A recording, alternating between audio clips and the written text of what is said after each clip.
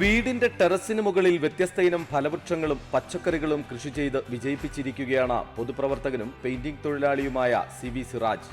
തന്റെ 6 സെന്റ് സ്ഥലത്തുള്ള വീട്ടിൽ ഫലവൃക്ഷങ്ങൾക്കും പച്ചക്കറികൾക്കും പുറമെ വിവിധ ഇനം ഇലച്ചെടികളും പൂച്ചെടികളും സിറാജിന്റെ തോട്ടത്തിലുണ്ട്.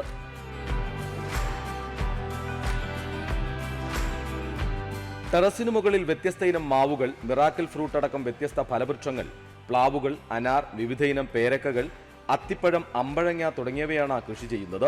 ടെറസിലും ടെറസിനോട് ചേർന്ന മതിലിലും ഡ്രമ്മുകളിലുമാണ് കൃഷി ചെയ്യുന്നത്. പൂർണ്ണമായും ജൈവ രീതിയിലാണ് കൃഷി ചെയ്യുന്നത്.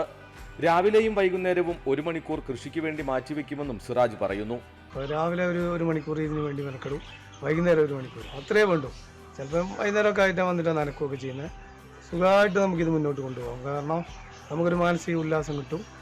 വീട്ടുകാരുടെ പൂർണ്ണ പിന്തുണയോടെയാണ് വളരെ ചുരുങ്ങിയ സ്ഥലത്ത് കൃഷി ഇറക്കുന്നത്. വിജിത്, വയനാട് വിഷൻ, വെള്ളമുണ്ട. കൂടുതൽ വാർത്തകൾക്കും വിശേഷങ്ങൾക്കുമായി Wayanad vision Facebook page follow ചെയ്യുക. യൂട്യൂബ് ചാനൽ സബ്സ്ക്രൈബ് ചെയ്യുക.